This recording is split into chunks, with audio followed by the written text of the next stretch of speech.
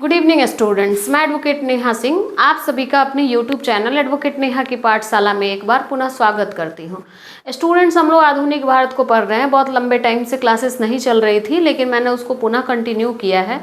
तो आप सभी अब रेगुलर बने रहिए। रेगुलर आप लोगों को यूट्यूब पे क्लासेस मिलेंगी।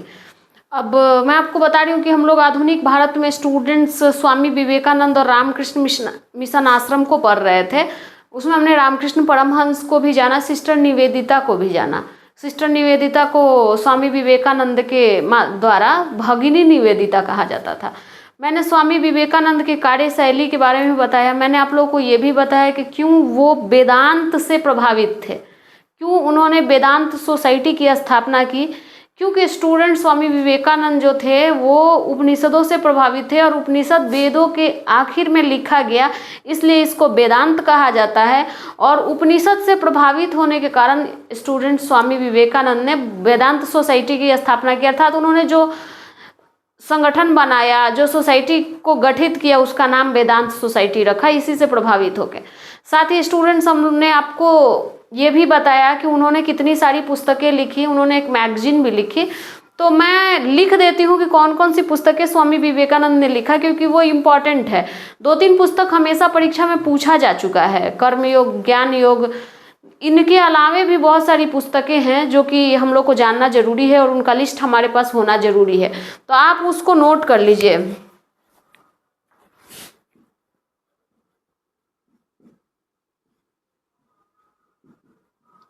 स्वामी विवेकानंद, पहली पुस्तक स्टूडेंट उनकी थी literature from Colombo to Almora.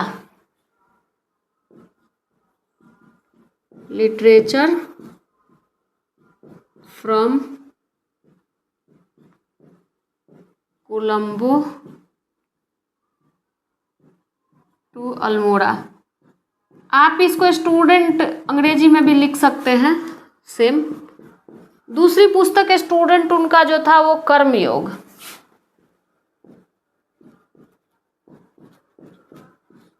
तीसरी पुस्तक ज्ञान योग। पहली literature from Colombo to Almora, दूसरी पुस्तक कर्मयोग, तीसरी पुस्तक ज्ञान योग, उसके बाद चौथी पुस्तक भक्ति योग।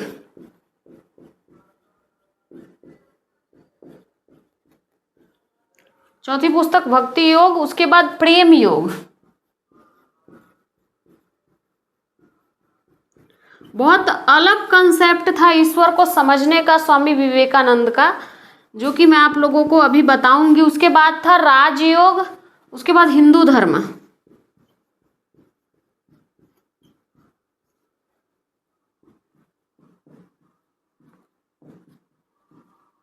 हिंदू धर्म पुस्तक थी उनकी, हिंदू धर्म। उसके बाद स्टूडेंट मरणोत्तर जीवन।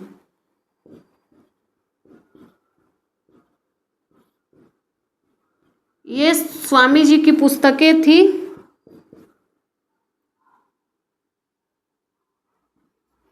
मरणोत्तर जीवन के बाद स्टूडेंट मेरा जीवन तथा ध्येय।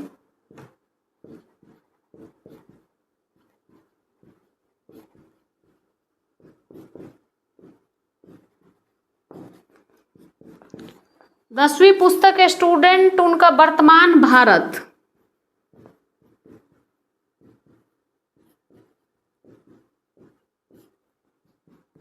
11वीं पुस्तक के रूप में आप लिख सकते हैं जागृति का संदेश।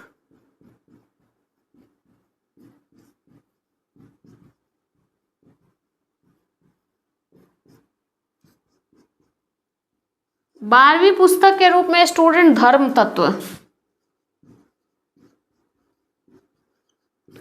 स्वामी जी के द्वारा एक पत्रिका भी निकाली गई थी।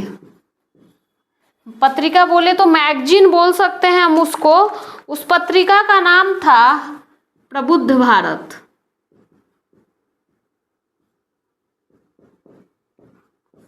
तो ये कुछ पुस्तकें हैं। अब कर्मयोग, ज्ञान योग और भक्ति योग के बारे में हमेशा से परीक्षा में पूछा जा चुका है। तो क्योंकि अभी आजकल के जो परीक्षा का ट्रेंड चल रहा है स्टूडेंट, उस ट्रेंड में क्या है कि जो पहले से पुस्तकें पूछी जा चुकी हैं उनको छोड़ा जा रहा है और नई पुस्तकों को उसमें ऐड ऑन किया जा रहा है। तो आप स्वामी जी की सारी पुस्तकों को नोट कर लीजिए, उसके बाद मैं आगे बता रही हूँ। 1985 से स्टूडेंट 1985 से 12 जनवरी उनके जन्म दिवस को यूथ डे के रूप में सेलिब्रेट किया जा रहा है।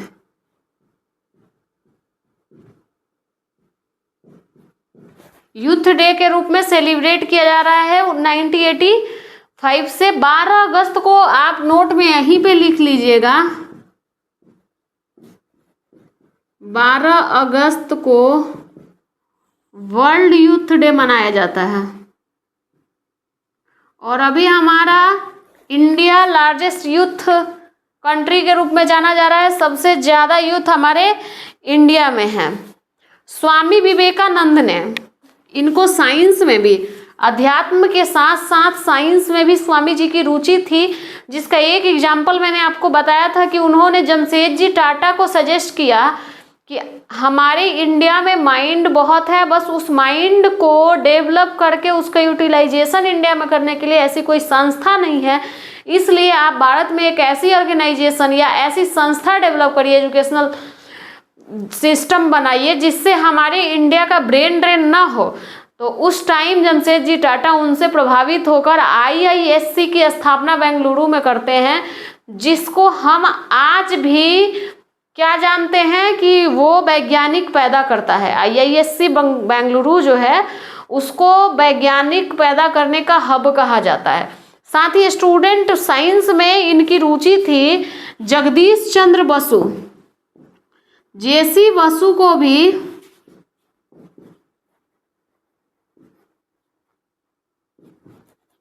उनके प्रोजेक्ट में स्वामी जी ने मदद किया था।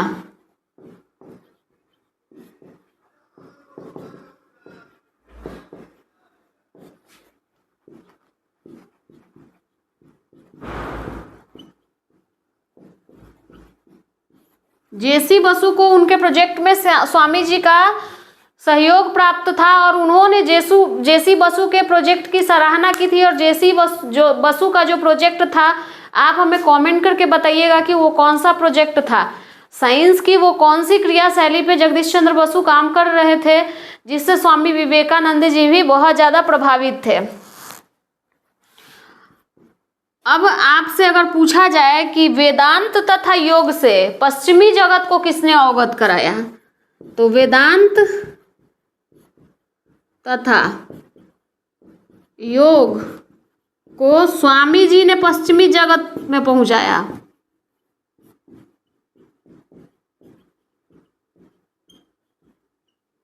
स्वामी जी ने वेदांत तथा योग से पश्चिमी जगत को अवगत कराया। इनके राष्ट्रवाद का मुख्य सिद्धांत क्या था? स्वामी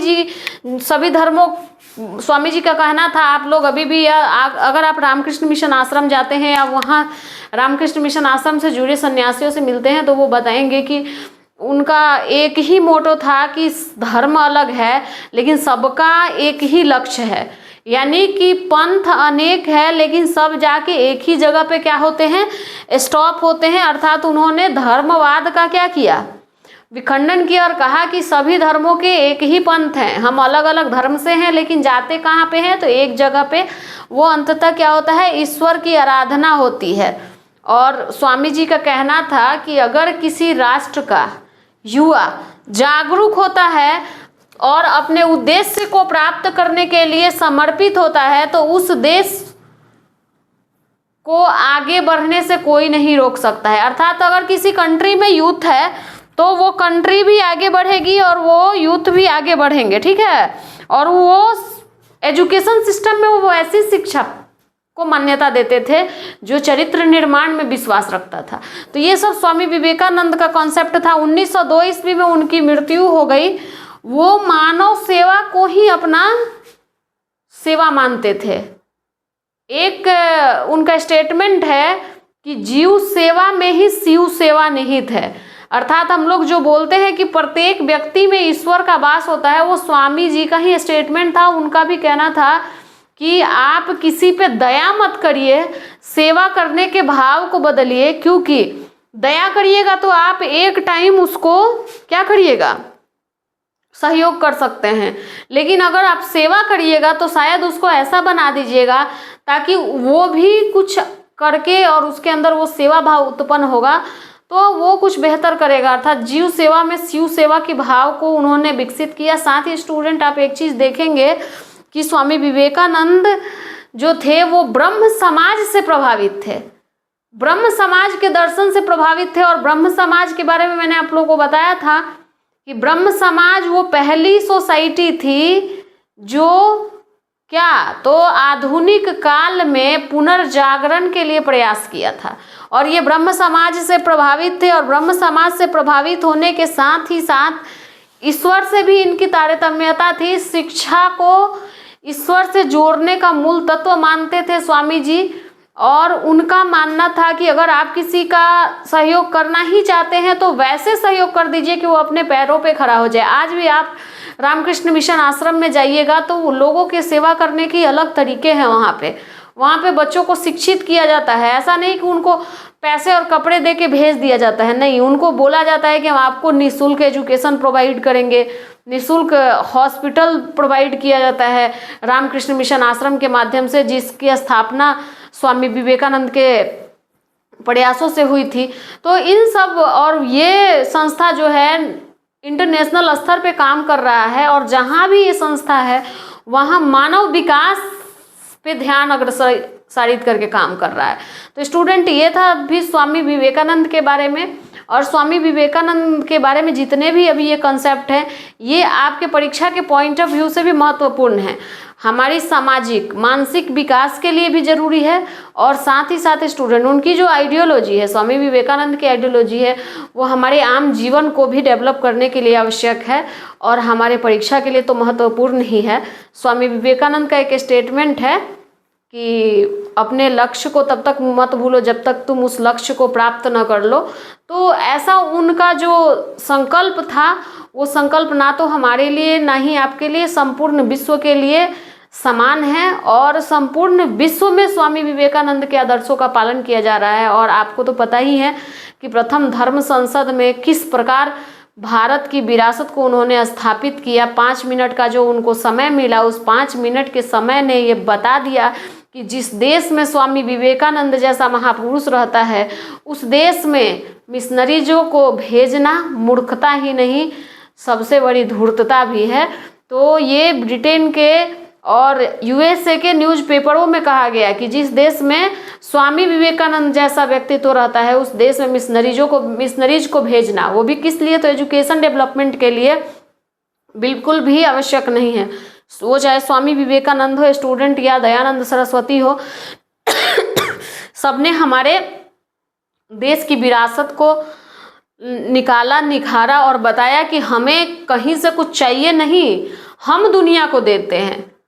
मैंने आपको बताया था कि लॉर्ड मैकाले ने कहा था कि ब्रिटेन के लाइब्रेरी की अलमारी की एक पुस्तक जो है, अलमारी के एक सेल्फ की एक पुस्तक के बराबर भी एशिया का संपूर्ण लिटरेचर नहीं है।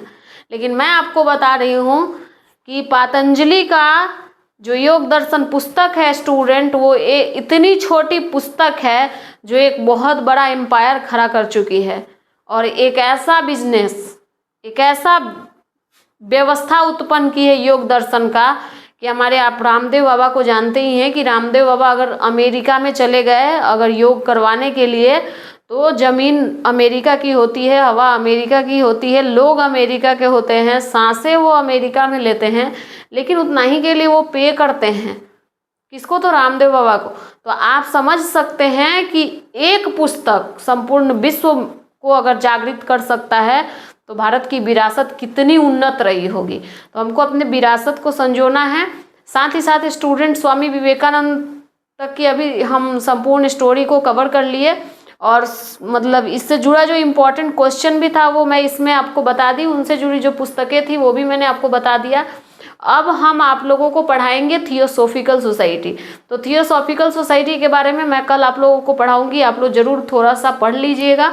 और कल हम थियोसॉफिकल सोसाइटी के बारे में चर्चा करेंगे कि किस प्रकार न्यूयॉर्क में एक संस्था बनती है और 2 न्यूयॉर्क के लोगों के द्वारा एक संस्था स्थापित की जाती है। तो किस चीज़ के लिए? तो भारत के वेद, अथर्ववेद पे रिसर्च करने के लिए। आप लोग जादू टोना टोटका इन सब चीज़ों पे कि क्या रहस्यमयी जीवन होता है, इस पे रिसर्च करने के लिए ये संस्था बनती है।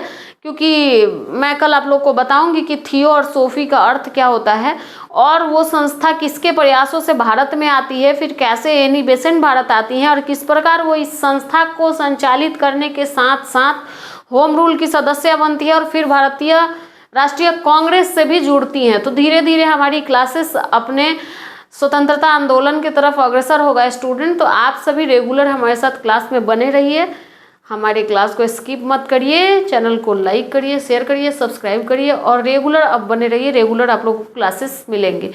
Thank you student.